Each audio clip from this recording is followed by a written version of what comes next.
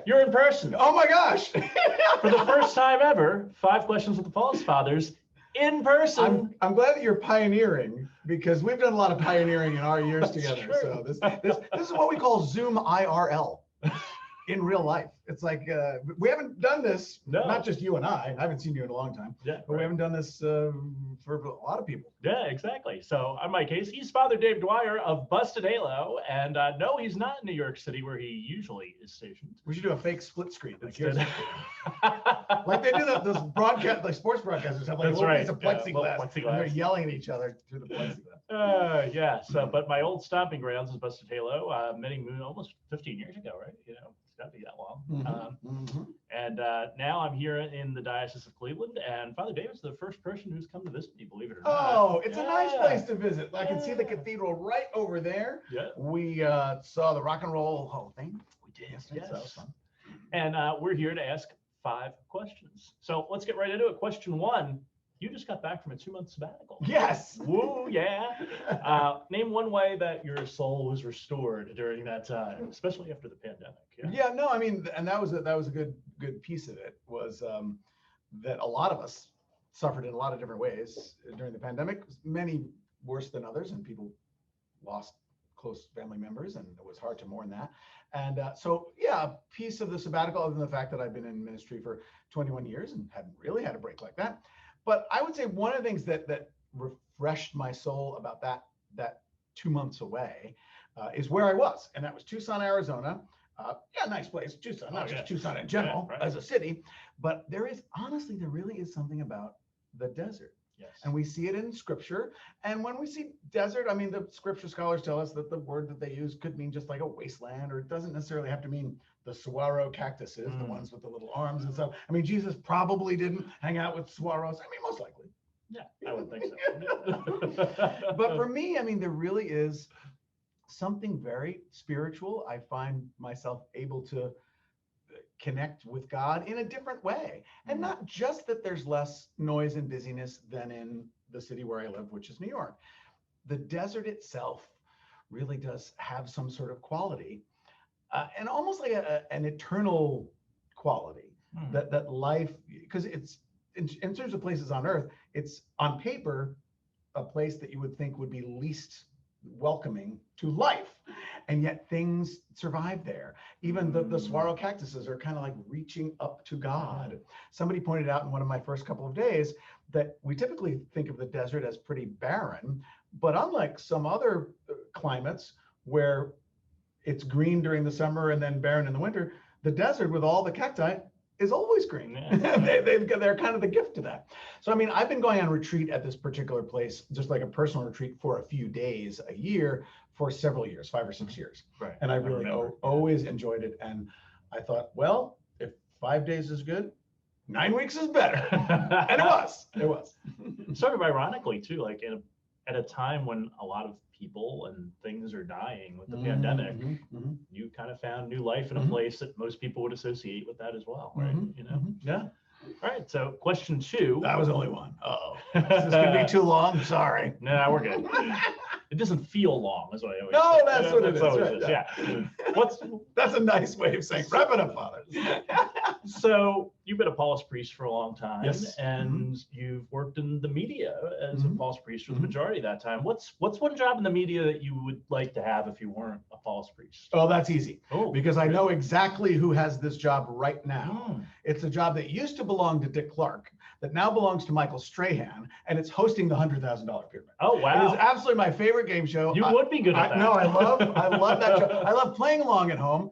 And Michael Strahan is great. And Dick Clark was always a little bit more smarmy in terms of it. They didn't get it wrong. It's the one at the end where you have that triangle and you have to get up the pyramid and get all these things. I love the categories that are like things a fire hydrant might say. Uh-oh, here comes the dog. I hope I don't get wet. You know, things a fire hydrant might say. But at the end, if they didn't get it, Dick Clark would always come over and go, I'm red and I'm attached to the sidewalk. Oh, yeah, of course. Like he's over there in the wings coming up with all the great answers. Easy when the pressure's not on. Exactly. And I love that. That would be my job. I mean, if I could get it. Michael Strahan's pretty popular. Yeah, he might be in there a while. You know, he might be. All right. right, so question 3. Okay. Obviously, we're sitting here and I'm already feeding off of your energy. You're always so energetic. What do you do to wind down on a regular basis? Or do you wind down on a regular basis? Many would say no. Well, and that's a particularly poignant question, given that for many years, for 12 years, we did the radio show on Sirius XM, the Busted Halo show, was from 7 to 10 p.m. at night. So I would finish at 10 p.m. after 3 hours of essentially this. So it's not like a switch you can just kind of go, you're like Commander Data, and you R2D2. No, you just can't do that. So it was, I was kind of a late night guy. We've changed the hours of the show now, and I get done at 8 p.m. and it's only 2 hours on the radio. And yet still, it's hard to wind down. I mean, typically I'll take in some media, like watch some streaming movies or something like that. I do really enjoy, kind of gives me the peace and creativity, is the photography. And so not just the doing of it, but looking at pictures that I've taken and kind of, making them nicer. People always say no filter. Nothing's no filter. It's always about how you kind of present it, make it nice. Yeah. So, I mean, I'll sometimes crack open the laptop and look at pictures I've taken a while ago that I haven't had a chance to really, pick the best one or reframe it or crop it or touch it up or something like that. So that'll let me not think about other things for a while. Yeah, I forgot that was one of your hobbies. Yeah. That's good. Yeah. I was thinking you were going to say the walk back from Sirius through Midtown Manhattan, but I was like, well, that's still pretty energetic. So but I also don't do that anymore because we do this. Oh, right. Oh. So no, we haven't been in the studio for, all these years. It's been almost 15 years I've been doing a radio show. And you remember when we first started, you were there, we did a podcast together. Right, yeah, absolutely. And that's what kind of launched it into the radio show. And for many of those years, we've been doing it out of the Rockefeller Center studios, right across the street from Jimmy Fallon and the Tonight Show, and catty corner from Fox News over here. And, it's right in the middle of everything. 37th floor, lots of studios. We haven't been there since March of 2020. And just the other day, my producer went into our office to kind of see what had accumulated. The mail was like stacks. Like, your office is very neat compared to what that looked like. So someday, first time anybody's ever said that. Yeah, we'll be back someday in the office, but for now I do the radio show right from my basement studio where you and I used to do the podcast. If you remember. Yeah, I do. And it was long before you and I. 70 years before that, it was where the Paulist Fathers, the community that I belong to, were broadcasting one of the first radio stations in the country, an AM radio station called WLWL. They built this little studio as kind of like the announce booth, and it's what we still use. We did the podcast in 2005, I think we started that. Yeah, that's right. And then since the pandemic, I've been broadcasting my Sirius XM radio show out of that space. So it's nice to have the history and to stand on the shoulders of giants. Indeed. Question 4. Okay, good. They're like, can we shuttle ahead? 15 years. Yes. Sirius XM. Oh, yeah. Name one phone call, interview, conversation that affected how you affected your life. Okay. There's one, and this is interesting because this is, most of our guests are Catholic, but not all. And most of them have some sort of overt connection to the church or religion, but not all. And this is somebody that came through, and her name is Mina Gooley. And I remember her name. That's a great name. And the name has a lot to do with how it affected my life, and it did affect my life. She was on our show because she in fact, she came before and after. She ran, get this, 100 marathons in 100 days to raise awareness of the global water problem. Wow. She's an extreme marathon runner, so it was possible for her. She came back towards the end of it. She actually broke her leg during part of it, so they had to kind of suspend, but she finished it up.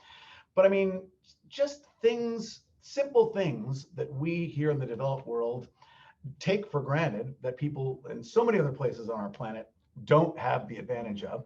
So after she was on our show, and she would kind of, I think at one point she said, like, Father, do you ever run the water like before you're brushing your teeth or while you're brushing your teeth? I'm like, oh, sometimes I forget to turn it on. And she just gave me such a glare that after that, really to this day, every single morning when I brush my teeth, I turn on the water and then I turn off the water. And as I turn off the water, I say in my head, Mina Gooley, because A, she's got a cool name, and B, it was just so memorable. And her passionate for that particular issue, to me, was so emblematic of, or really indicative of what we as Catholics need to be passionate about various dimensions of our faith. Would that there would be people that were so dedicated, that would dedicate their lives, and there certainly are in many ways people that dedicate their lives to the faith and to the church. Two of them are sitting right here in various ways, but boy, getting up 100 days in a row and running a marathon just to kind of bring awareness to the fact that a lot of people don't have water on the planet. She was really, I would say she was a witness to me as to how powerful one person can be to change the world, and what are some ways in which any of us, you or I, could do that with our various passion projects if we only kind of get, stop relaxing at the end of the night, get off the stick. Boy, it's making me tired just thinking. I know. I'm exhausted. Finally, question 5. Oh, 5. You love to travel. It's one thing I could always remember about you. Indeed. Is there somewhere you'd like to go now that you haven't been? Now that travel is kind of opening up? It's opening up. There's still quite a list of no, you're not welcome here. Right. Right before the pandemic, and please don't connect too many dots here, okay, but right before the pandemic, I was in Asia. In fact, I flew back from Hong Kong in January of 2020. Oh, okay. So, I didn't know that. Yeah. I mean, I don't think I'm patient zero. Pretty sure. But Asia, I've never really been to that, never really Asia, period. Yeah. And so I was, over a couple of weeks, I was in Hong Kong and Singapore and Thailand and Vietnam, and just certainly a beautiful part of the world, but experiencing cultures and everything else, religions and languages that I'd never experienced before. So that would have been on the bucket list. I'd say something now that has not yet been checked off would be Australia, New Zealand. I've not been there, and everybody says, oh, you got to get there. Absolutely. Up until now, it's been like, oh, but can I do that? Can I do that flight? Really? Done to Asia. Well, you're probably fine, in right? fact, I did at the time. It was the longest plane flight in the world. It was 18 hours from Newark to Singapore. Yes. I think they have a little longer one now that actually goes to Australia, but I was like 18 hours. Oh my God, I get itchy after 3. What am I going to do? But they had lots of movies. It was a screen about the size of your computer screen, and they kept feeding us. Yes, Like, that was my experience also. I went to Australia, and it was Yeah. the same kind of thing. Watched an entire season of The Office. All kinds of video games. Yep. So that was that. Let's kick back. So now that I've been able to get over that hump, maybe Australia, New Zealand will be in the future, in the cards. Very nice. Well, Father Dave. Yes. It has been wonderful. It's been fun being in person. Absolutely. IRL. Hey, we should do more of that. I should go to Columbus and do it with the Columbus guys. Why not? Yeah, that's It's a good close idea. by. Yeah, a couple hours. I can away. recommend a great bus. Oh, yes. He had a little bit of a, shall we say, a time on the bus It from was a time. Columbus to It was a Cleveland. time. Well, all things. You never thought you'd say, wow, Jersey Transit, not so bad. Looking pretty good right now. But this has been great. 5 questions with the Paulist Fathers. I'm Mike Hayes. He's Father Dave Dwyer. He's here for an event tonight in Cleveland, so wish both of us luck on that. And yay, Cleveland. Thanks for coming to visit. Happy to be here. Thanks for having me. 5 questions.